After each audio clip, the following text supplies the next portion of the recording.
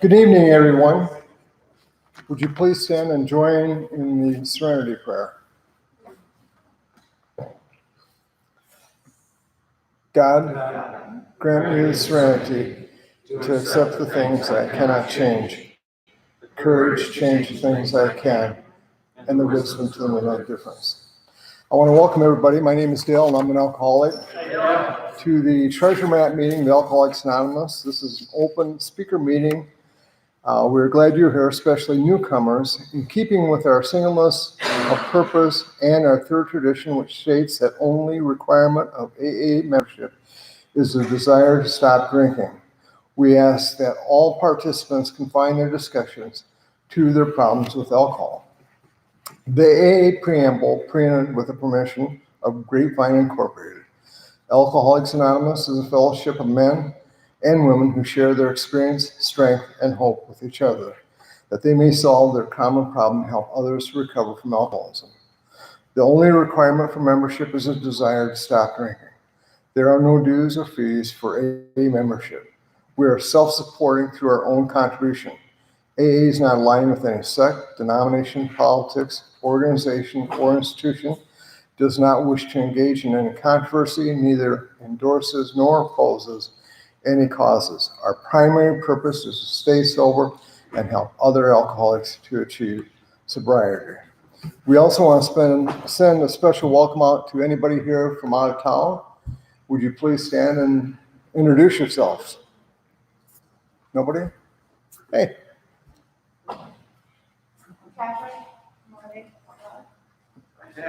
Hi, Tasha. Glad to have you here.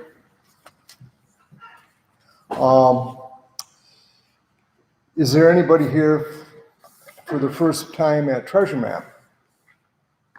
Please stand if you would and introduce yourself. I'm Andrew. Welcome, Andrew. Anybody else? Okay.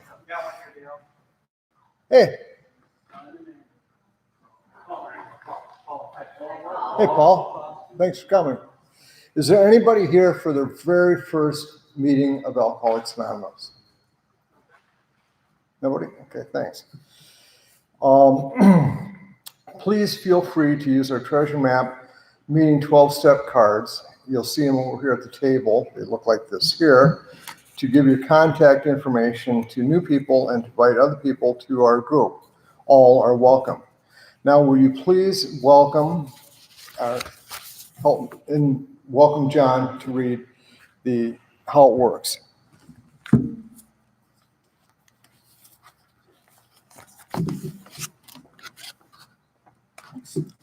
John, alcoholic. Hey, John. This is how it works. Rarely have we seen a person fail who has thoroughly followed our path. Those who do not recover are people who cannot or will not completely give themselves to this simple program. Usually men and women who are constitutionally incapable of being honest with themselves. There are such unfortunates. They are not at fault. They seem to have been born that way. They are naturally incapable of grasping and developing a manner of living which demands rigorous honesty. Their chances are less than average. There are those, too, who suffer from grave emotional and mental disorders, but many of them do recover if they have the capacity to be honest. Our stories disclose in a general way what we used to be like, what happened, and what we're like now. If you have decided you want what we have and are willing to go to any length to get it, then you're, then you're willing to take certain steps. And some of these we balked. We thought we could find an easier, softer way, but we could not. With all earnestness at our command, we beg of you to be fearless and thorough from the very start. Some of us have tried to hold on to our old ideas, and the result was nil until we let go absolutely. Remember that we deal with alcohol, cunning, baffling, powerful. Without help, it is too much for us. But there is one who has all power. That one is God. May you find him now. Half measures availed us nothing. We stood at the turning point. We asked his protection and care with complete abandon. Here are the steps we took, which were suggested as a program of recovery. 1, we admitted we were powerless over alcohol, that our lives had become unmanageable. 2, came to believe that a power greater than ourselves could restore us to sanity. 3, made a decision to turn our will and our lives over to the care of God as we understood him. 4, made a searching and fearless moral inventory of ourselves. 5, admitted to God, to ourselves, and to another human being the exact nature of our wrongs. 6, we're entirely ready to have God remove all these defects of character. 7, humbly asked him to remove our shortcomings. 8, made a list of all persons we had harmed and became willing to make amends to them all. 9, made direct amends to such people wherever possible, except when to do so would injure them or others. 10, continued to take personal inventory, and we were wrong, promptly admitted it. 11, sought through prayer and meditation to improve our conscious contact with God as we understood him, praying for knowledge of his will for us and the power to carry that out. 12, having had a spiritual awakening as a result of these steps, we try to carry this message to alcoholics and to practice these principles in all our affairs. Many of us exclaimed, "What an order, I can't go through with it." Do not be discouraged. No one among us has been able to maintain anything like perfect adherence to these principles. We are not saints. The point is that we're willing to grow along spiritual lines. Principles we have set down are guides to progress. We claim spiritual progress rather than spiritual perfection. Our description of the alcoholic, the chapter to the agnostic, and our personal adventures before and after make clear 3 pertinent ideas. A, that we are alcoholic and could not manage our own lives. B, that probably no human power could have relieved our alcoholism. And C, that God could and would if he were sought. Thanks, John. The 7th tradition states that every AA group ought to be fully self-supporting, declining outside contributions. If you do not carry cash with you, online fulfillment cards, the 7th tradition, is available. If you give online, please take one of these cards and place it in the basket as it is passed. We thank you for your support. Your donations to the Treasure Map meeting support all our group activities. In addition to paying the rent, coffee, snacks, and literature, Plus, we happily support our local AA, or Sioux Falls Internet Group, South Dakota Regional District 5, statewide Area 63, and the General Services Office, supporting Alcoholics Anonymous around the world. Now, please, if you would, welcome Troy come up and read the 12 traditions. Got it. Sorry.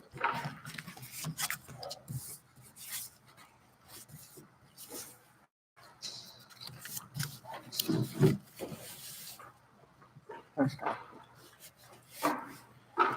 Kyle, alcoholic. The 12 traditions. 1, our common welfare should come first. Personal recovery depends upon AA unity. 2, for our group purpose, there's but one ultimate authority, a loving God as he may express himself in our group conscience. Our leaders are but trusted servants. They do not govern. 3, the only requirement for AA membership is a desire to stop drinking. 4, each group should be autonomous except in matters affecting other groups or AA as a whole. 5, each group has but one primary purpose, to carry its message to the alcoholic who still suffers. 6, an AA group ought never endorse, finance, or lend the AA name to any related facility or outside enterprise, lest problems of money, property, and prestige divert us from our primary purpose. 7, every AA group ought to be fully self-supporting, declining outside contributions. 8, Alcoholics Anonymous should remain forever non-professional, but our service centers may employ special workers. 9, AA as such ought never be organized, but we may create service boards or committees directly responsible to those they serve. 10, Alcoholics Anonymous has no opinion on outside issues, hence the AA name ought never be drawn into public controversy. 11, our public relations policy is based on attraction rather than promotion. We need to always maintain personal anonymity at the level of press, radio, and films. 12, anonymity is the spiritual foundation of all of our traditions, ever reminding us to place principles before personalities. Thanks, Kyle.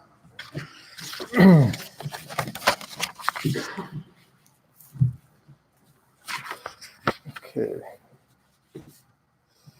There are announcements over here at the table if anybody wants to take a look at them, and flyers for different events throughout AA. We had our weekend this past weekend with working the steps. I think it was pretty successful. Tonight's meeting is an open speaker meeting. And with that, I would like you to invite Carlo to give our short speech. Thanks, Carl. Thank you, sir. Hello, everybody. My name is Carlo Hurley, and I'm an alcoholic. Hi, Carl. My sobriety date is February 16th, 1989. And for that, I'm truly grateful to have got on my understanding and you people and the meetings here. I was actually supposed to be just the chauffeur tonight. And through a few phone calls, I ended up, I'm going to be the short speaker. And I'm thinking, and I remember early on in Alcoholics Anonymous that you do not turn down an AA request. So here's what you got. I showed Tom, when Mike came out and spoke at Pasapa this last summer, and he told me where his home group was at. And boy, did it hit a bell, because you go at 4 blocks south on Cliff, and you go over 1 block on French, and that's where my grandparents lived, and that's where my dad grew up. And the reason I want to say that is my dad worked on the road for 41 years and never touched a drop. Back in the days when you got called for service, you'd have a pocket watch in one pocket, and you put a pint of whiskey in the other, and away you went. And my dad worked with a lot of drunks, and he was able to do that. But he couldn't stand his son drinking. He could not stand, every time I'd come over to the house, the first thing he would say is he'd look at me and he could tell I was drinking just because of my eyes. So I wouldn't go over there. I just talked to him on the phone. That's one thing that alcohol had done to my life. It shrunk it up into, they talk about self-imposed prisons, and that's what alcohol did to me. And after I got into recovery, it took him a while to really understand. He just did not like that word alcoholic, because he had seen it on where he worked, and he'd seen it in family members, close family members that died of this disease. And it was tough for him. And it wasn't until he was in a hospital over here at Sioux Falls at Sioux Valley at that time. And we come over and we got him all settled in his room. And he just, out of clear blue, he looked at me and he said, so they got AA meetings over here, don't they? And I go, yeah, they do. He says, can you make one now? And it was about 7:30. I said, yes, I can. And after that, he accepted me for what I was. And my amends, I made my amends earlier, but it really took hold. And I was able to hold his hand the night that he died. And that was nothing but God-given. That was nothing but God's grace. So, but what I want to talk just a few short minutes about is, along with me and Alcoholics Anonymous, I got a phone call here about 5 years ago. My youngest daughter lived in Mason City, Iowa. And her voice, you could tell she was crying. You could tell she was scared and everything else. And she finally I said, what's wrong, Angie? And she goes, Dad, would you be ashamed of me if I was going to go to a meeting of Alcoholics Anonymous? And I said, absolutely not. Her father-in-law and stepmother-in-law, they were both in the program, and she was on her way over there to talk to them. And so she kind of started her journey in Alcoholics Anonymous. And it took her about 1.5 years before she finally hit a pretty hard bottom with her kids and everything else. It's kind of funny. She called me today and she goes, Dad, young gals asked me to be her sponsor. I'm scared of that. And I said, all you can do is share your experience, strength, and hope. All you can do is just give what was given you as freely as it was given you. So like I say, my prayers are kind of out for my daughter, and she'll have 4 years at the end of this month. So, but kind of back on my story a little bit, the last day that I drank, the second last day was Valentine's Day of that year. And of course, I'd come home drunk, and my wife looked at me and she goes, she said, it isn't so much that you forgot me and Valentine's Day, but at least you could have got my daughter something. At that time, both Angie and Stephanie were 7 and 4. So I took the next day off. I was going to make up for that, and I was going to just do all kind of good things for them. Well, the coffee pot ran dry about 7 o'clock in the morning, and it was a lot easier to pull open a can of beer out of the refrigerator than it was to make another pot of coffee, and I was off to the races. Anyhow, that night, I was on a pool league, and I went down, and I'm down there shooting pool, and something just hit me. There's another thing I had at that time. I had a gambling problem, and we were so far in debt you couldn't even see the bottom. But anyhow, we got about halfway through that night, and all of a sudden, something just hit me, and nobody had said anything, nobody had done anything, anything. And I remember putting a drink up on the bar, and I looked at the bartender. I said, I don't feel good. I'm going to go home. And I walked out that barroom door, and along with what I did is I walked out the door, and the compulsion for alcohol stayed in it. And I've talked to sponsors about this and other people, and it took me a while to realize that, I didn't exactly have this thing that Bill Wilson did. But I walked out, and I was a daily drinker. I don't try to get 2 drunks in one day. Start early in the morning, pass out about 2, come awake pass out and then come awake about 5 o'clock, and then drink till I passed out that night. And that obsession to drink left me. But I knew something else had to be happening. And what ended up happening is I ended up in a treatment center over here. It's long gone. I don't know if anybody remembers River Park. It was the treatment center I went to, but what they did is they took us to outside meetings of Alcoholics Anonymous.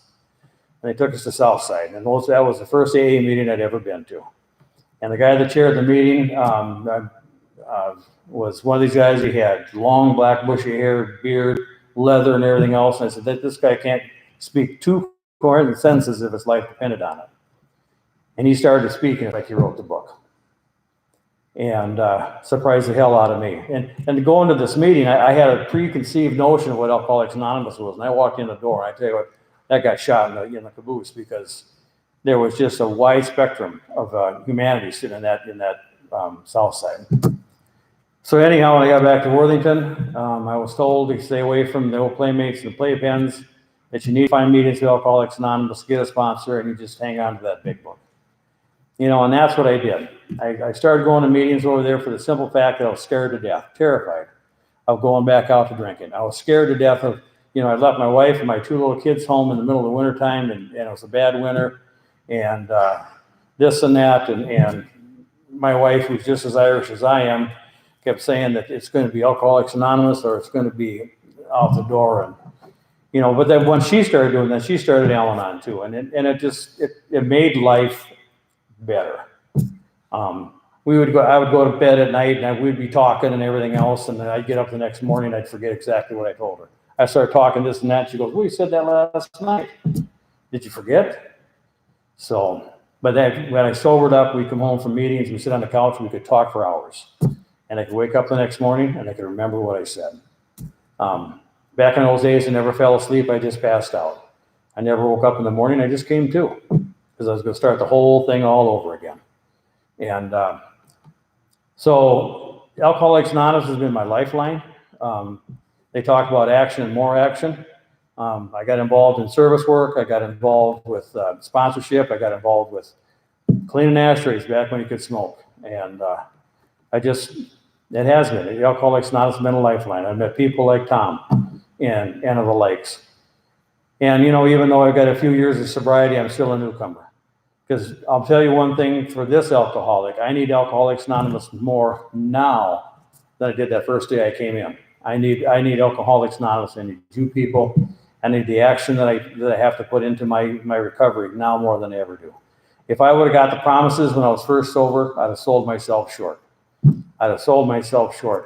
Excuse me, because every time I go to a meeting, or every time something happens in my life out there, some of those promises, a little bit more, they come true. So I guess if I have anything to say to the newcomers, you know, you're here. Sponsorship is important. Meetings are important. Get involved is important. And to the old timers, you know, just like me, I need this now more than I ever have. I need to come here to speak. And, you know, I need to go to conferences, get involved with service work, treatment centers, and everything else. Whatever it takes, that's what I want to do today because I know the benefits. I read a book. I don't know if anybody heard of New Pair of Glasses by Chuck C. And the one thing he says, if I do things my way, I will face the consequences. But if I do things our way, I will face those consequences. And I just soon face those consequences than I would the other ones. So anyhow, thank you very much for giving me a few minutes. And with that, you want me to turn in? Oh, then I'll turn it back to our speaker. Thank you very much.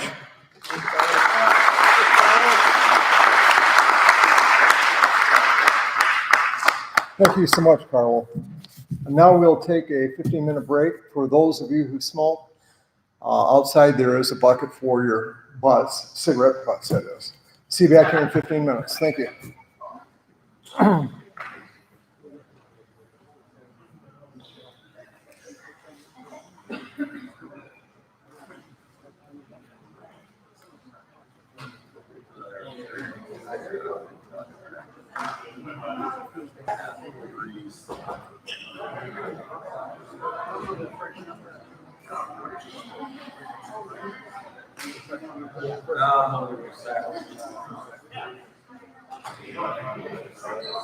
Maybe I should go too.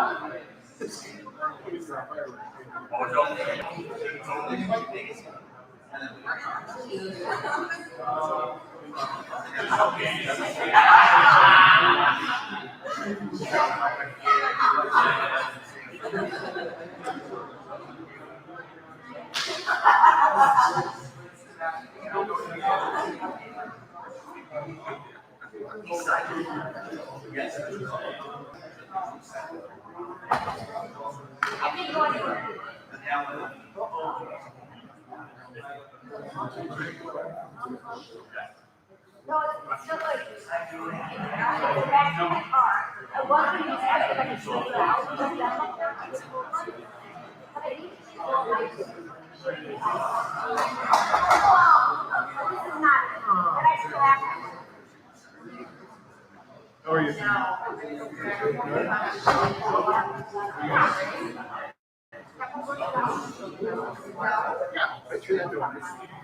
Yeah, right there, and then about 10 steps to be on the right hand side.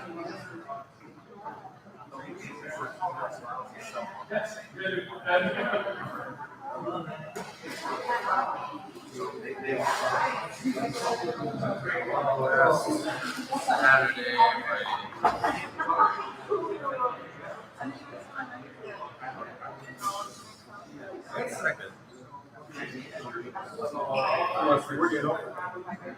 you know what?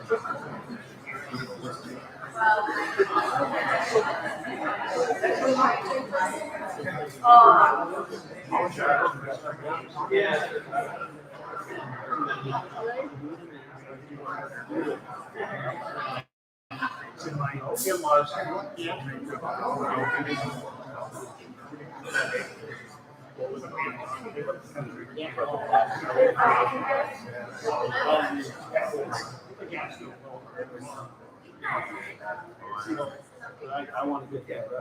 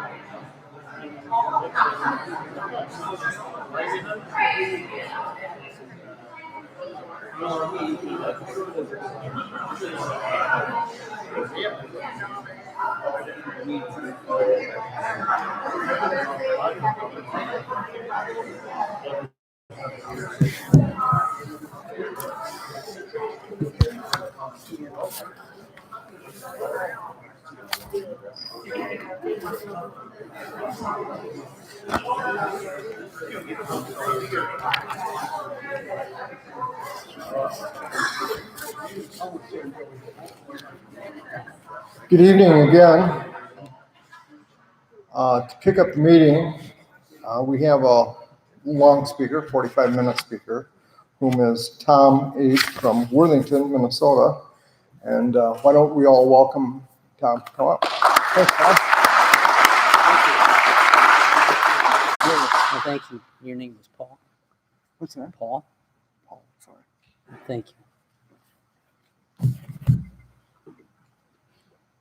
I'm Tom. I'm an alcoholic. Hey, Tom. My sobriety date's November 7 of 1993, and for that I'm very, truly grateful. And my home group's a Moving Forward group in Worthington, Minnesota. We meet on Thursday nights at 7 o'clock. We're out on Diagonal. If you don't know where that's at and you're interested and you're in the way, or our way, talk to me after the meeting and I'll get you my number and the address and come and see us. We're a small group, we're an active group, we're a tight group. And home group to me is very, very important. It's a special place for me. And I hope that you find a home group and that you get to be active and be a part of.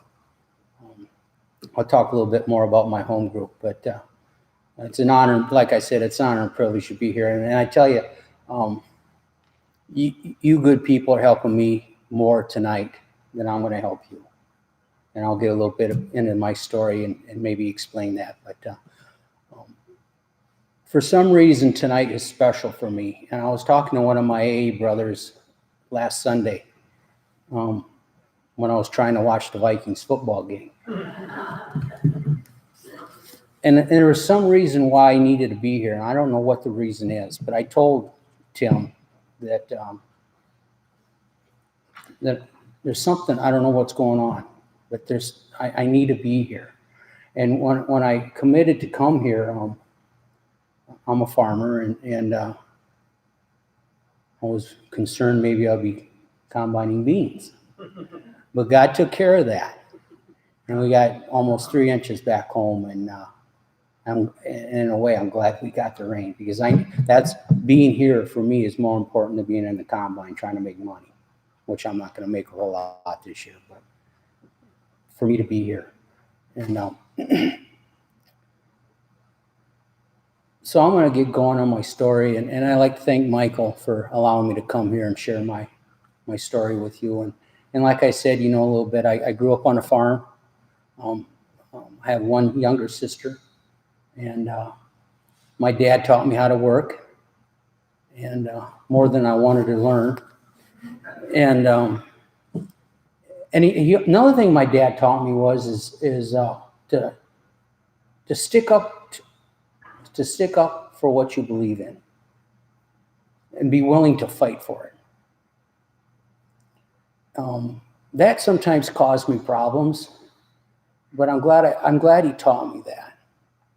If you believe in something, stick with it. And I'm not talking about bad stuff. I'm talking about good stuff. You know, morals. My mother installed the morals. My mother taught me what was right and wrong. She told me stealing's wrong, lying's wrong, cheating's wrong. And if you're an alcoholic of my type, that just comes natural for me. And I'm not saying that I had a perfect upbringing. My mom was an alcoholic, and my dad suffered from extreme Al-Anonism, I call it. But they were good parents. They loved me, and they did the very best they knew how. And I wouldn't want any other parents than I had. It was pretty crazy at my house. But you know, I wouldn't want it any other way. I remember the first time I drank alcohol, and like I said, I grew up on a farm. And when I got to go to town, I liked to see what I could do and what I couldn't do. And I was the kind of kid that if you told me not to do something, it just gave me a good idea how I can get to do it. You know, and as growing up in my family, I always felt, and you know, like I said, I come from a loving, caring family, and was it perfect? No, but they did a good job, I think. Even in grade school, I just never felt like I fit in. You know, and I can get along with just about anybody. You know, I can BS and shoot the breeze with just about anybody. But deep down inside, I never felt like I fit in. And I grew up in a home with structure, and I grew up in a home with discipline, and I grew up, and so I know what you're supposed to do and what you're not supposed to do. I just didn't know how to do the right. I knew how to do it, I just didn't know how to do it. And when I'm in grade school, I'm out of control, and I was so out of. They put a cardboard box around my desk. They put me up in front of the room and just put a cardboard box around my desk because I was just out of control. And the principal or whoever, the teachers would call my parents in and say, you know, he's a good kid. He just doesn't listen. And if I can get a laugh, I'll do it. And so I just never felt like I fit in. And like I said, I'm gonna jump back to when I went to town. I was 11 years old, and it was a Friday night, and it was a football night. And I grew up in a town called Brewster. It's my hometown yet today. And we usually had pretty good football teams. And I'm 11 years old, and Friday night, it was a big deal. And I'm in town, and the cars are going up and down Main Street, and we just won the football game, and a lot of excitement. Kind of reminds me of Bill's story, you know, when he talks about Wall Street, and he said the whirlpool, the maelstrom, a lot of stuff going on. I like that, you know. And if nothing's going on, give me a little time, and I'll get something going on. You know, I just like excitement. And my buddy said something, let's get it, you know, and before that, my mother told me not to drink alcohol. I was about 9. And she told me, Tom, don't drink. Don't drink alcohol. You'll become an alcoholic. I didn't know what an alcoholic was, but I knew what alcohol was because there's a lot of it consumed in the home I was raised in. So I made up my mind I was never going to drink. Well, now I'm 11 years old. I'm uptown, and the guys, you know, they had muscle cars, 440s and Mercuries or Mopars and burning tires and pretty girls. And my buddy says, let's get a couple bottles of TJ Swan. I remember it was TJ Swan. They had 3 flavors. And I can't remember the flavors. All I know is I got the pink one, and I didn't want the pink one because I thought that was girly. But I drank it anyway. We paid $1.75 for that bottle. He bought a bottle, and I bought a bottle. $1.75 it was. I'm 11. Now, I can't remember what I did last week. But I remember that night like it was yesterday. I remember what I was wearing. You know, blue jeans, white tennis shoes, white belt, my football jersey on, blue jean jacket, too young to have a lettersman jacket. And I remember drinking that alcohol, that wine. I remember what it did for me. And for the very first time in my life, I felt okay in my own skin. I felt a part of. And now I know why people drink. And what I come to find out in the rooms of Alcoholics Anonymous, that everybody, that doesn't happen to everybody. It only happens to the alcoholic. Now, was I alcoholic at age 11 the first time I drank? No, I wasn't. Because I could stop if I needed to. But I tell you, from the very beginning, from the get-go, alcohol did something for me. And I chased it for the rest of for the next 20 years. I drank as much and as often as I possibly could. And I'd go home and I'd work hard and I'd go uptown when I could and I'd play hard. And I did that and you know what? What I found out too is I didn't get in much trouble in school when I started to drink. You know, the book of Alcoholics Anonymous in the doctor's opinion, Dr. Silkworth talks about restless, irritable, and discontent. Those are pretty interesting words if you look them up. And that's what was going on with me before I even took a drink. I was restless, irritable, and discontent when I was 5 years old. Was I alcoholic? No. Because you got to drink alcohol to be an alcoholic. And once you start, if you can't stop, then you're an alcoholic. And I wasn't there yet. But alcohol did something for me. And when I started to drink at the early age of 11 and then progressed through my career of alcoholism,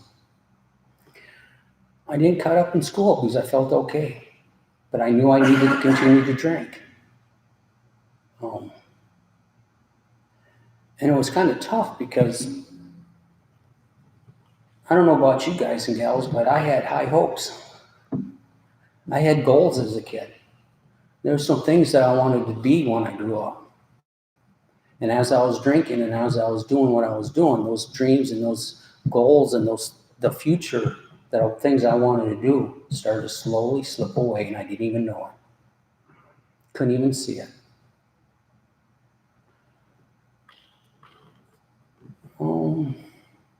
Met my wife when I was 17 and she was 15 on a blind date.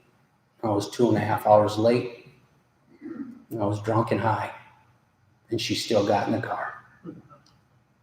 I don't know what we got, but we got it. I haven't figured it out yet. We've been married for 32 years, and I told my buddy, I think I'm in the clear. She hasn't figured me out now. I think I got her.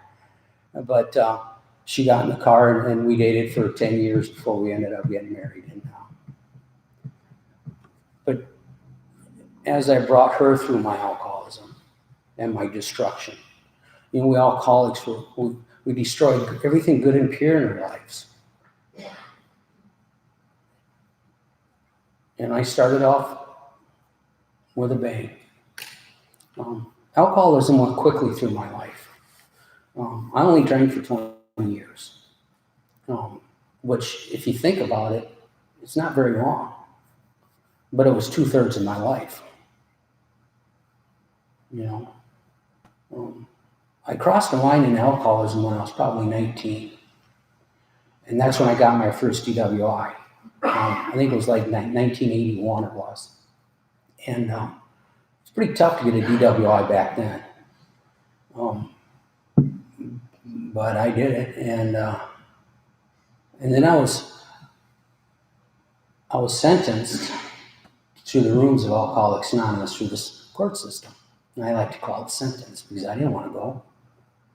And I didn't have to go to treatment. Treatment wasn't all that big of a deal back then. There were some treatment centers, but not like there is now. And but I was required to go to AA. And I didn't want to go to Worthington because I was a country kid, and Worthington was a big town of 10,000 people, the city. So I was prejudiced too. Yeah. So I went to another AA meeting in a smaller town north of Brewster. They got meetings still there yet today, and it's on Tuesday nights. And I walked in there, and as soon as I walked in, and so my first AA meeting, didn't know nothing. In fact, one of the guys from my hometown drove me there, and he was a member of Alcoholics Anonymous. And he just drove me there because I didn't have a driver's license, and I had to go to 2 meetings a week, I think it was, or 3 meetings or whatever, and get my piece of paper signed. And the only reason why I was going is to get my piece of paper signed because I needed my driver's license. Because you can't work without it's hard to work without a driver's license.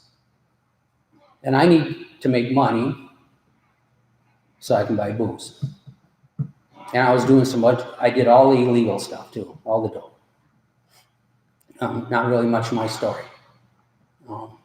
Wasn't that big of a deal for me. I did it all, decided one night to quit, and I quit.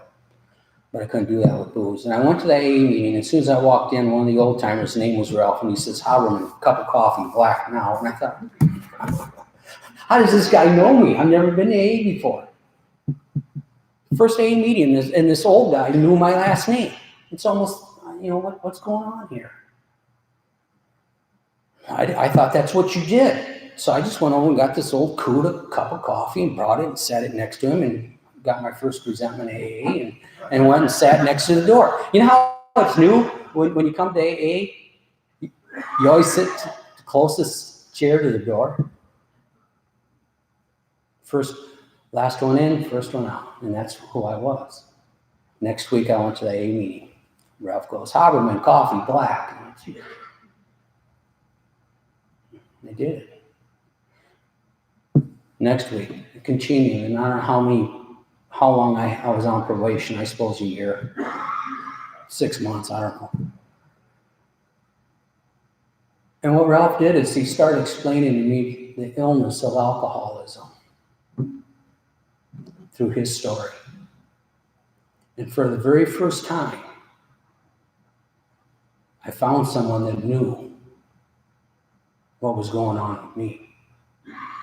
See, I talked to coaches, I've talked to church leaders, priests,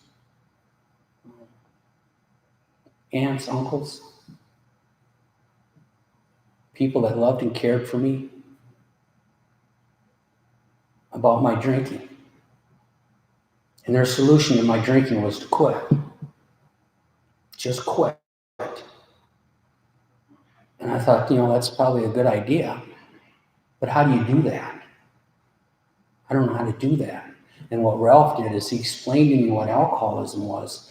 And I knew that Ralph knew. And for the very first time, I didn't talk much, if anything. But when Ralph talked, I knew he knew. And I'll be forever grateful for that man. He was never my sponsor, but I always looked up to him. And I knew I was getting off probation. And what I started to do, and I didn't even realize I was doing it until a couple weeks into doing it, is I'd come through the door and I'd get Ralph a cup of coffee and I'd bring it to him, and I was ending up sitting next to him. Ralph wasn't even telling me to get him a cup of coffee. And I was just doing it. And I didn't even realize I was doing it until I was gone. Because Ralph had something I wanted, and I didn't even know I wanted.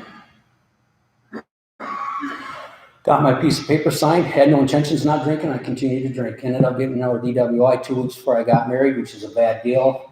If you're getting married real soon, don't get your second DWI 2 weeks before you're going to get married, because it ain't good.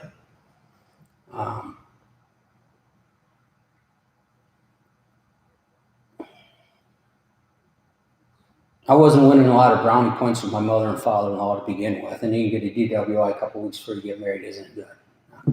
My mother-in-law still doesn't like me, and I love her to death. She's a good woman, and I think she likes me, but she isn't going to let me know, and that's okay. I love her. She reminds my wife's a lot like my mother-in-law, and that's all good. And my dad told me too. He told me you pull any stunts like that again, and when he was talking about another DWI, he says you're out of here. And he kicked me off the farm when I got that second one, and I knew it. He didn't even have to tell me. I just packed my bags and left. And rented a farm place, paid $100 a month. My wife and I ended up getting married, and when you're married to an alcoholic of my type, there ain't a whole lot of money flowing in, and no driver's license, second DWI, unemployment. My dad's kicked me off the farm. I had nothing, zero. Our first refrigerator was a styrofoam cooler. Our first oven was a Barcat grill. You ever have a frozen pizza on a grill before? Pretty good. And not bad. Remember to take the plastic off though. And then our first kitchen table was a card table that we got as a wedding gift. I threw it away last summer. I just couldn't throw it away. That was our first kitchen table. And like I said, my dad has taught me how to work hard, and my wife's a hard worker, and we just buckled down and worked hard, and I drank hard and continued to get in trouble. And you know, I'm my everyday drinker. I like what Carlos said. I pass out and come to. And second DWI, I went to a treatment center and had no intention of staying sober. I was 25. I was a hoop jumper. I just jumped through the hoops. Go undercover. Stay low. Don't make a lot of scenes. Just do what I got to do. Get everybody off my back so I can get back to what I need to do, and that's to drink. Because I do not know how to live out there without alcohol. I don't know how to do it. I'm restless, irritable, and discontent. And if I continue to drink, I can and see what alcohol does for us, and you probably heard it before, it changes our perception. And that's what I loved about alcohol. It changed my perception on what was really going on around me. And the book also talks about on page 30 that we suffer from delusion. That I'm not hurting anybody. I'm a grown man. I work hard. No one's going to tell me how to live. I'm 25, 26, 27, 28 years old. If I want to drink, I'm going to drink. I'm not hurting anybody. And as I continue to drink, the consequences continue to get worse. Ended up in the rooms of Alcoholics Anonymous when I was 31 years old. I weighed 142 pounds. I should have been hospitalized, but I wasn't. It's lucky I didn't die from DTs. And I didn't know that at the time. I would go into cold sweats. I remember my wife drying me off, curled up in the fetal position on the floor, feeling like my guts are going to come up through my throat. And all I thought is, I gotta get a drink. And if I didn't get a drink, I'd have seizures. And I was the bottom of the barrel drunk. I had a counselor told me that guys like you don't stay sober, they die drunk. And she meant it. It was Rick's wife. And I couldn't argue with her. And I've been in and out of the rooms of Alcoholics Anonymous for 12 years because I was introduced when I was 19 and I'm 31 now. And when I was in that last detox, and that's a crazy story. Because I'm a violent person. I have a very short temper, and I don't argue very well, but I can fight pretty good. And that's how I handled everything in my life. Yeah, I'm not a real smart dude, so I just fight.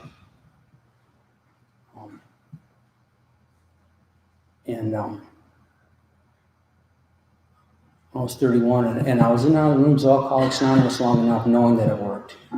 Because every time I would go to Alcoholics Anonymous, I'd see that new guy that come in the same day I did, and he's still there, and his life's better. He's clean. His hair's combed. His teeth are brushed. He's shaved. He's got clean clothes on. He's got a smile. Bill says something about Abby. Fresh skin and glowing. And there was something about his eyes. And I see that guy. And 6 months ago, he was just as bad a shape as I was. And he's got it going on. And he's carrying a big book with him. He's got a pencil with him all the time. And he's writing notes. And he's sponsored. I say, what are you doing? He says, I got a sponsor. I'm on step 4. Oh, I'd leave until that's bad enough. Then I'd come back to AA. And every time I come back, those guys would get better and I'd get a little bit worse, a little bit sicker, dying just a little bit more. I knew Alcoholics Anonymous worked. When I was 31, I came in and I remember calling my wife, and my wife is a kind, loving, the least prejudiced person I know. She's just a giver. And she can forgive. I don't know how she does it. She has resentment for like a day. don't understand it, you know? And I called her up when I was in that detox, and I said, I got in a fight and got in a DWI, and I'm in detox. And I said, I'm going to quit drinking for good this time. And she went, ha ha ha, and she hung up. And for her to do that was a lot. And I wasn't upset. And I wasn't surprised. I'm a low life. I'm no good to no one. And I knew it. And that's when I made up my mind that I was going to go to Alcoholics Anonymous and I was going to stay no matter what. And I wasn't going to leave this time, no matter how huge the resentment was, how much I didn't like you people, how much you told me what to do and what not to do. I was not going to leave this time. One time I left for 2 weeks and I came back. And I have had plenty of resentments early on. I don't get resentments at people in Alcoholics Anonymous anymore. I don't know why. I guess maybe I understand the illness better. Maybe I understand myself better. How resentments are spiritual disease. How it destroys more alcoholics than anything else. I can't go there. I got busy. I went to 4 or 5 meetings a week, Alcoholics Anonymous. My first 10 years. My first 4 or 5 years was really good. I just went to a lot of meetings. You know, I really didn't do any commitments because of this arrogance and this pride that I suffer from. But I went to a lot of meetings, and I started thinking about drinking. 6 years thinking about drinking. Now I'm obsessing about drinking, and there's a difference. And that's a bad place to be. They talk about alcoholic torture. I know what alcoholic torture is: rolling on the ground in the fetal position, feeling like your guts are going to come up through your throat. And you're seeing things and hearing things on the wall. And you look out the window to the north, and you think you see cops out there, and there's no cops out there, and I'm seeing these things. This is alcoholic torture. This thing right up here between my ears telling me to drink. This resentment, the sleepless nights, how I'm going to get even. And I'm having a conversation how I'm going to say, what I'm going to say to them when I see them, and how I'm going to hit them, and where I'm going to hit them, and where my second punch and third punch is going to go. And I'm thinking about drinking, and I'm thinking about suicide. Do I cut my wrist now, or do I hang myself? The first time like that suicidal thought come in, my dad and I got now. He let me back on the farm when I sobered up, and he didn't keep me around just except for the spring and the fall. Because he knows I know how to work, and he knows I know how to do what I need to do. And we got in an argument over how we're going to spray the corn. I'm going to cut my wrist. And someone told me one time, if you cut your wrist, don't go this way. Go this way. Go lengthwise. You bleed out faster. So I went to go get some water to start spraying corn, and then I was in my uncle's GMC pickup, and I had the water tank, pulling my water tank behind me, and I put the hose in there, and I'm filling up. I have 10 minutes into filling it up, and I seen a utility blade laying there on the seat, and I took it out and took it apart, put a new blade in, and put it back together, and I'm going to cut my wrist.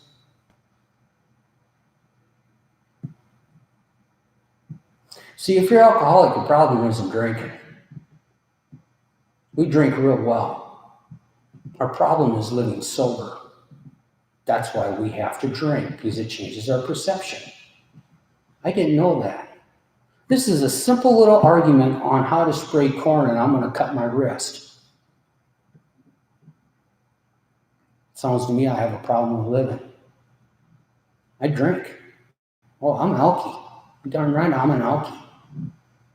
But I don't know how to live out there on life's terms without your help or this help. And God, I don't know how to do it.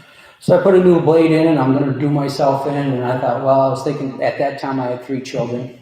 And I got 4 now, but at that time I had 3. And I'm going to say a small prayer. And I started to say the Hail Mary. And by the time I got through Hail Mary, I thought to myself, I got to get to a meeting. And I'm going 4 or 5 meetings a week already. Because every time something like that would happen, I'd go to another meeting. I'd go to another meeting. I'd go to outside meetings, out of town meetings. I'd go to more meetings. But see, my problem, people, is that I wasn't sponsored. I wasn't working the steps, which means if I'm not working the steps, I'm not building this relationship with God that removes the obsession of drink. And see, I didn't know that. And everybody tried helping me.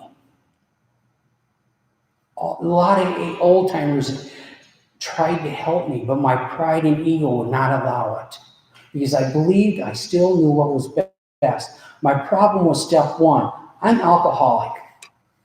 It's the second part I struggled with. The unmanageability. I still believe I still got it going on. I suffer from delusion. I was the furthest thing from getting it going on.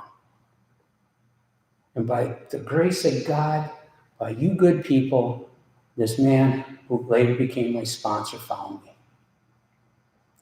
And we got busy in the steps. And I remember when we were reading the doctor's opinion, it always chokes me up when we get to that part. And the doctor's opinion, it says men and women drink essentially because they like the effects produced like alcohol, that part in the book. And then you go two paragraphs, and the last paragraph, when they start talking about the psychic change, and Dr. Selkirk says, all you got to do is follow a few simple rules. I remember asking my sponsor, and I have call times, and we're reading the book, and I made my call time, and I'm thinking, what's this few simple rules? What's the few simple rules? I should know. I got 10 years. I've been going to meetings. I should know. And pride went, and finally, after 2 years, I said, sponsor, I said, what are the few simple rules? Will you teach me? He says, I'm teaching you. If you don't know what it is, how are you supposed to do it? I must stay teachable. I was unteachable before. What got me teachable? Alcoholism. What got me to the rooms of Alcoholics Anonymous? Alcoholism. What got me through this to humble myself to ask this man to be my sponsor? Alcoholism. Alcohol. What gave me the courage to start praying on my knees in the morning? Alcohol. The very same thing that just about killed me got me to you people. And you've saved my life. Alcohol. What got me to say my prayers and start building this relationship with this loving, caring God that you people introduced me to? Alcohol. Am I grateful I'm an alcoholic? I don't know. Am I grateful I'm a member of Alcoholics Anonymous? You better believe it. The most important, and my sponsors started working me through these steps, and I did them to the very best of my ability. I started looking up words. He told me, look this word up. Yes, sir. Look up this word. Yes, sir. He'd ask me what it meant. I had no clue. They more or less just kicked me out of high school because he got tired of me, And I looked up the words and I started to figure out what I understand. Because if I don't know what I suffer from, how am I supposed to know what the solution is? I started to find out what I was, what it means to be an alcoholic. It's not because I drank too much and I got 3 DWIs and I steal money out of my kid's piggy bank to buy whiskey. It doesn't make me an alcoholic. It doesn't make me an alcoholic when I come home drunk or sober, that my 2 boys at that time were about 4 or 5, hiding under their bed because they don't know what kind of shape dad's going to be in. That doesn't make me an alcoholic. Going to treatment centers doesn't make me an alcoholic. Those are some of the symptoms of alcoholism, but it doesn't make me an alcoholic. What makes me an alcoholic is that once I start, I can't stop. that simple. People try to complicate it. They're just trying to impress you. It's that simple. And I didn't know what the symptoms were. If I don't know what's the solution, and my sponsor taught me. And thank God, he busts my chops. I don't argue well. I tell you, a lot of times I didn't want to call my response. But I did it anyway. Because I knew that if I didn't, I was going to drink again. I was past the suicidal stuff. My sponsor always said I got a back problem. I got a big yellow streak down my back. But I can drink. And I know that it'll change my perception. And I know alcohol will work yet today for me. It'll work for all of us. That's why we relapse. We don't drink because we're thirsty. We don't drink because we want the cherry at the bottom of the glass, which I never could afford them type of drinks, unless I stole them. I never drank to get the paper umbrella. Never had one of them unless I stole it. I drank for the effects produced by alcohol. And then you take it in these steps. As you remove alcohol from me, I must replace it. I must replace it with something else. What changes my perception today? You people. I knew that. I had a tough week. I got some things going on in my family with my youngest daughter. Please pray for her.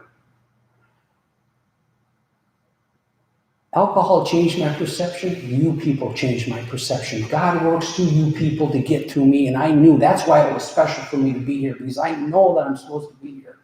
I can't help my daughter. You can. And maybe I can help you in return. The meetings of Alcoholics Anonymous changes my perception. My prayers change my perception. The perception of, you ever get those days? Changing my perception, the way I look at my wife, the way I look at the markets, the way I look at the weather, the way I look at what's going on in the world. That I have a solution to all those. The perception, God changes my perception. But there's got to be something I have to do, and it's called action. Now, we would all take the action if we knew what the action was. That's where sponsorship is so crucial for us, for me. I know what I'm supposed to do. I've been sober long enough. I know what to do. And I'll go do it. Sponsors need to know this. I've been sober and I'll go do what I think sponsor's going to tell me to do. 2 weeks later, I'm still right back smack dab in the bucket of poop. I call sponsor. I said, sponsor, this is what's going on. And everything's right up here between the ears, of course, the mental part of the illness. And he'll tell me to do it, whatever he tells me to do. And I'll say, sponsor, I've been doing that for 2 weeks already and it doesn't work. And he says, I don't care. Do it anyway. So what do? I do what he told me to do. I've been doing for 2 weeks. But since I come clean and I got it out of my head and I told someone, it seems like when I do what he tells me to do, what I've been doing for 2 weeks, it starts to change. And it's surrender. I'm surrendering to the actions. I'm surrendering to my own ideas. I'm surrendering to someone else's. And this loving, caring God works through people. He works to get me to be where I'm supposed to be at so I can be maximum service to you people. Because if I'm not doing what I'm supposed to be doing, I'm no good to no one. What time do you want me to quit? Looking for the hook. Where'd Paul go? Wherever you want. No.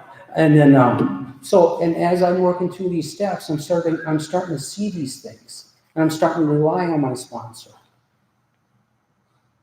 I remember one time I had something going on and I don't remember what it was going on. It was a big deal at the time. You know what it's like?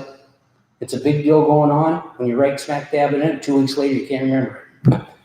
I have them all the time. And I call, and I can't remember what I was going to say. I call my sponsor and I tell them what's going on and I just take the actions. That's all I do today. And it doesn't matter if I think they're going to work or not. I just take them. My call time's on Tuesdays and Thursdays at 6:00 p.m. And I called him at 5 because I knew I was on the road coming here, and I wanted to talk to him about some stuff. Well, I don't know how you guys do that, but see, I suffer from pride and ego. And it's a lot better than what it used to be, but I still suffer from it at times. You know, it's bad enough where I catch it myself. Just the way I walk into the parts store or the elevator, you know, this arrogance that I carry myself with. And I walk out and I think, boy, what an arrogant I was. You know? I notice those things today. So the next time I go in there, I just try to stay a little bit small, a little bit more humble. I try. I remember the last time I was at the implement dealer and the way I acted. I try to act a little better than what I did last time.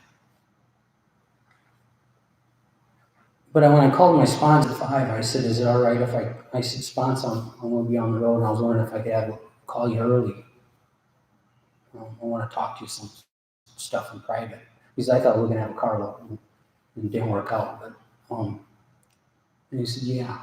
And the reason why I asked for permission like that is that I'm staying smaller than my sponsor. I remember my sponsor one time, he told me to stay smaller than your sponsor and stay smaller than your home group. And I've never forgot that. He was speaking in Lawrence, Kansas, and we went down there and we went out for ice cream and pie later on.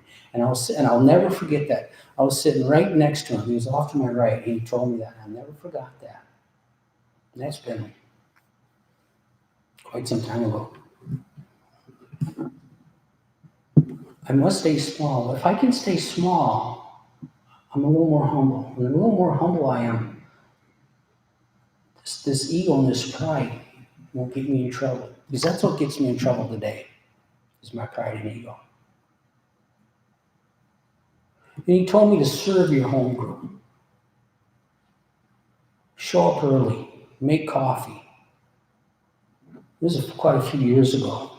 And I was complaining to my sponsor. Now, I don't have the honor and privilege of sitting in meetings with my sponsor. He lives a little ways away, and I see him between 4 to 6 times a year. And I get to sit in his home group. And I was complaining about what was going on in my home group. And he says, what's your job in your home group? I said, well, I don't, I don't have one. He goes, you do now. Oh, okay. I thought maybe I'd be like, clean the tables or pick up the coffee cups or straighten the chairs or, And he said, your new job is you're going to clean the toilet.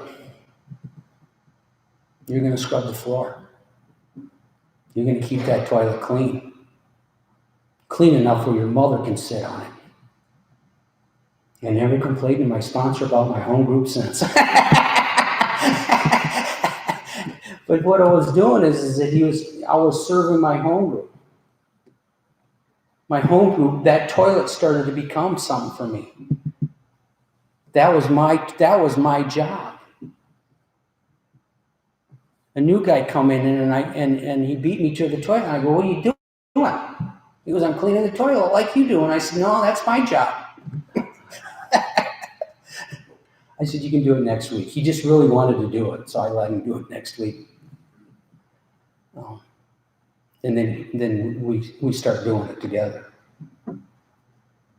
And but those are things that how I continue to stay smaller. And those things are important to me. Another thing I do to stay small is I always get my sponsor a cup of coffee when I'm with him. I always make sure that if he wants a bottle of water, a cup of coffee. I always make sure that, what chair would you like to sit in? And then I go save it for him. I always sit next to my sponsor. There was a men's retreat I went to this spring, and it worked out where I couldn't get in the field, so I wanted to jump my pickup, went down and seen him, and it was a couple of hours southeast of us in Iowa, and I sat in the front row on the side of my sponsor. Now you might think I'm kissing his butt. I don't care what you think. I really don't. What I was doing is because I want what he has. And my sponsor's just another alcoholic like we are. But I want to stay smaller so I don't, because once I believe that I know more of my sponsor, I'm going down the wrong way. It doesn't work out.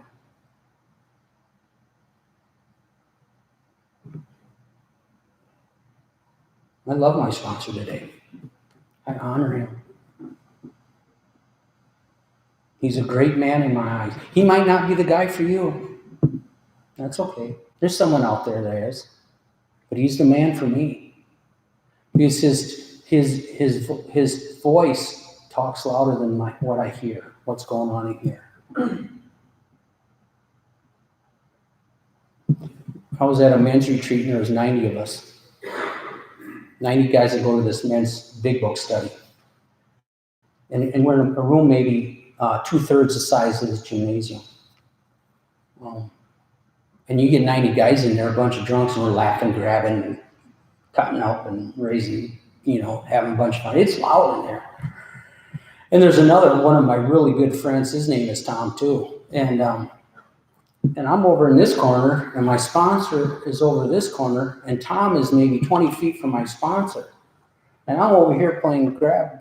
I'm cutting up with a bunch of fellas over here, and my sponsor hollers out Tom's name, and I heard him all the way across the room.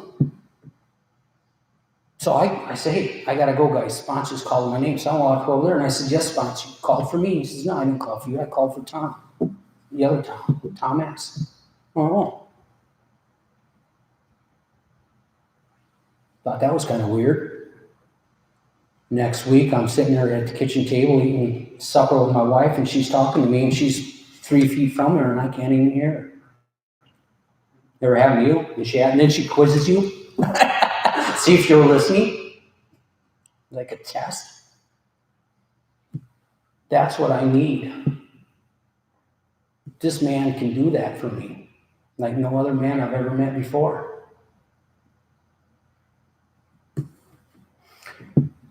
There's two things that are most important. And what it's like now, like I said, I got... my kids are all growing up. There's David, and he's 30, 31, and Paul's 30 or something, 29. Then I got my oldest daughter, Megan. She's going to get married in January. We have a winter wedding. Looking forward to that. I hope it snows. Huh? Wouldn't that be pretty? And she got married, but she wants to get married in the church. So we're having a church wedding. She's got a daughter, so I got 4 grandkids. And when I walk into their house, I know the kids don't have to hide under the bed anymore. I don't have to steal money out of their piggy bank. Now I'm giving them money with interest. And, those are some of the things that are going on. And then my youngest, Mary, I just hope, I would like to ask you guys and gals if you could say some prayers for my youngest daughter, Mary.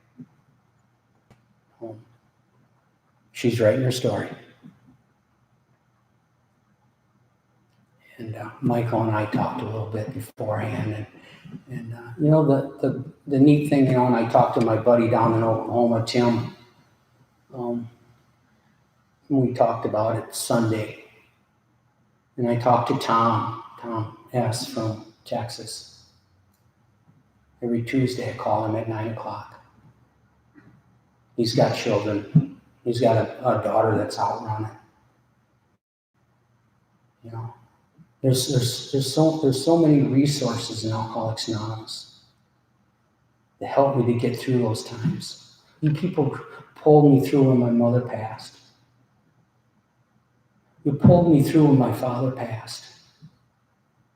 And you showed me how to go through those things with dignity. And I only got one resentment. And it wasn't that big of a deal, and I got over it right away because I used the resources. I used my sponsor. I used this book. I used God. He wants me to ask for help. He wants me to not to fail, but to ask for help so I can learn. And see, that's what Alcoholics Anonymous has taught me. That's Alcoholics Anonymous. And now, you know, I remember when my mom was passing, and I was scheduled to speak at a treatment center, and all the kids and grandkids are around there, and we took shifts to watch my mother, and I watched her from 10:00 at night till 10:00 in the morning, because then I could do my AA stuff. You know, I can sleep later, and it was like 6:30, and I said, Mom, I gotta go. I'll be right back. I always told her I'd be right back, because I kind of made a deal with God that I wanted to be there when my mother took her last breath. And I didn't tell anybody this because I was praying selfishly, and I know you're not supposed to do that. So whenever I'd go someplace, I wouldn't say goodbye. I'd say, I'll be right back, Mom. And she reached out, she grabbed my arm. And she goes, where are you going, Tom? And I said, I'm going to an AA meeting. And she's dying of cancer, and she's in quite a bit of pain. But she had enough energy and strength to reach out and grab my left forearm and ask me where I was going. And I told her. And she says, good. Then I know you'll find your way home. That's Alcoholics Anonymous. The peace of mind that my mother knew that I was going to be okay is Alcoholics Anonymous. It has nothing to do with me. My job is to take the actions and do the work. And how I can repair that. And my mother knew that I was going to be okay because of Alcoholics Anonymous, because of you people, because of what we stand for in this book, these 12 steps, and this higher power that you've introduced me to. That's Alcoholics Anonymous. I know that my daughter, whatever happens, somehow everything is going to be just the way it was supposed to. And it's scary. Very, very scary. My little tiny girl. She's just a little spitfire. She probably could outshoot all of us. You should see her shoot. I taught her how to shoot. She was shooting gophers and cats off picket fences when she was 7.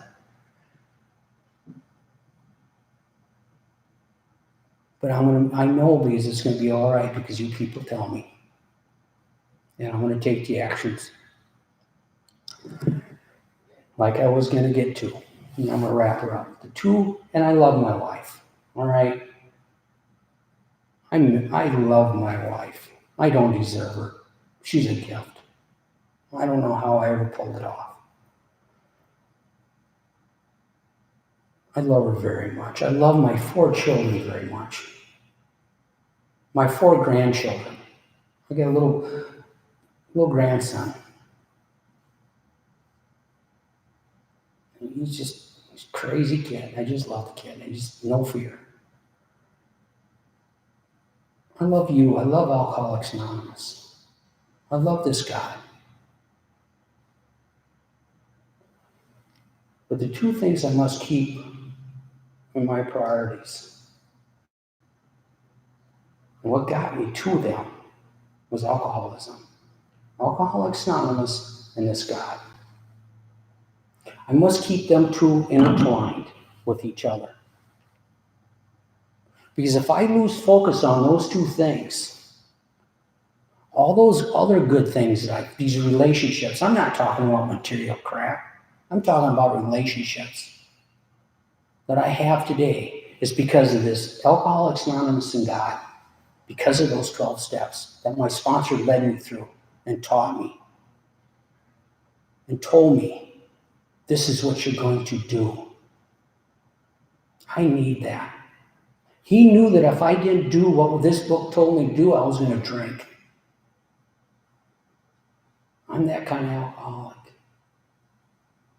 And he says, if you're not willing to do that, get yourself a different sponsor. Might not work for you, but I needed that. I was raised old school. My dad was a tough dude. I needed that. And thank God. My sponsor loves me enough, he doesn't care if he hurts my feelings to tell me the truth. That's how much he loves me. I know he loves me. And if I don't keep those two things in the center of my life, I lose everything. Just give me enough time by myself with this, and I'll drink. Now, this is the hardest part when I come and do this, is the hardest part for me. And that's to stop talking. Because I love Alcoholics Anonymous and I love the people about it. I don't know where to stop. But I know I have to. I can talk and talk and talk about Alcoholics Anonymous. I would like to thank you all for allowing me to get out of myself this week with the help of my daughter, Mary. Please pray for her. She's a good little girl. I would like to thank everything that I've received in Alcoholics Anonymous because of you people. Because of the people of Alcoholics Anonymous. And the thing that I cherish the most is my wife and this God that I know that will save me. So, thank you, Mike, for allowing me. Thank you, everyone, for coming out. Drive safe, and if you're interested, come and talk to me afterwards. Carlo and I will get you set up. Come to our meetings if you're ever in the area. Thank you.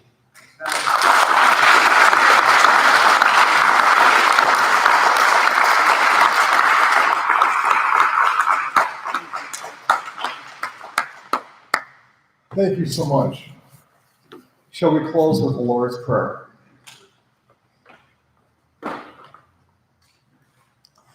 Our Father, who art in heaven, hallowed be thy name. Thy kingdom come, thy will be done, on earth as it is in heaven. Give us this day our daily bread, and forgive us our trespasses, as we forgive those who trespass